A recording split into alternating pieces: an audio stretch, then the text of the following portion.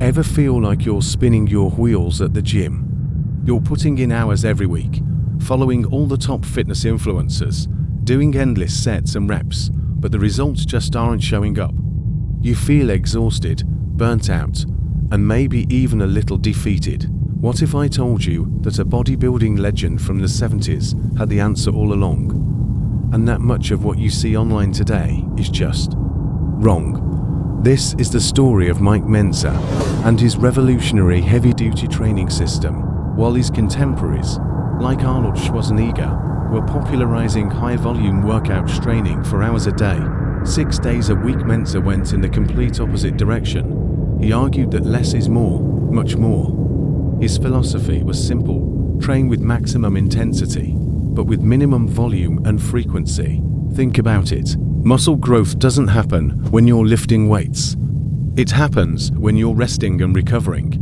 Lifting weights is the stimulus, the signal you send to your body that it needs to get stronger. But if you're constantly in the gym, constantly breaking down muscle tissue, when does your body actually have time to rebuild and grow? It doesn't. You're just digging a deeper and deeper hole of recovery debt. So why are so many fitness influencers pushing these insane, high-volume workout plans? Well, there are a few reasons. First, more content. A 6-day-a-week program with a dozen exercises each day gives them a lot more to post about than a program with just a few key lifts done once or twice a week. It keeps you engaged, watching their videos and buying their products. Second, many of these influencers have what you might call genetic gifts and are often aided by performance-enhancing substances. Their ability to recover and build muscle is far beyond that of the average person. So what works for them is almost guaranteed not to work for you. They're selling a dream based on a reality that isn't yours. Mentzer's approach was all about brutal, uncompromising intensity. Each working set was an all-out war.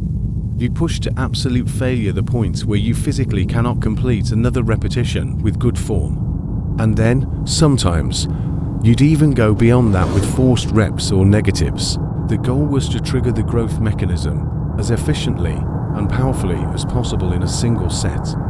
Once that stimulus was delivered, the workout was over, for that muscle group, anyway. Mentzer advocated for training each body part as infrequently as once every 4 to 7 days, or even longer. This gave the body ample time to not just repair the damage, but to overcompensate and build new, stronger muscle tissue. His full body workouts might only last 30 minutes, performed just a couple of times a week.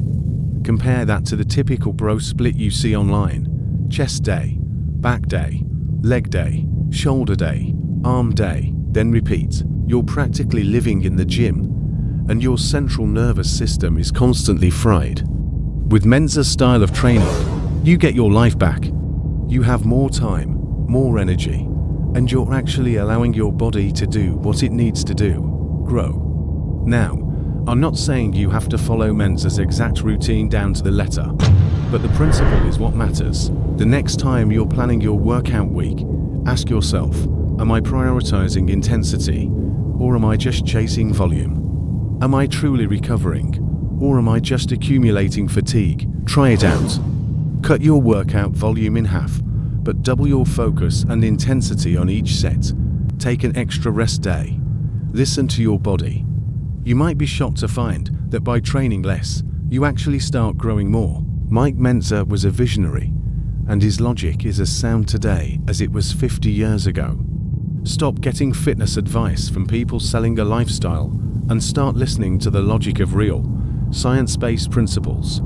Your gains will thank you for it. Thanks for watching. If this idea challenged your perspective on training, hit that like button and subscribe for more content that cuts through the noise.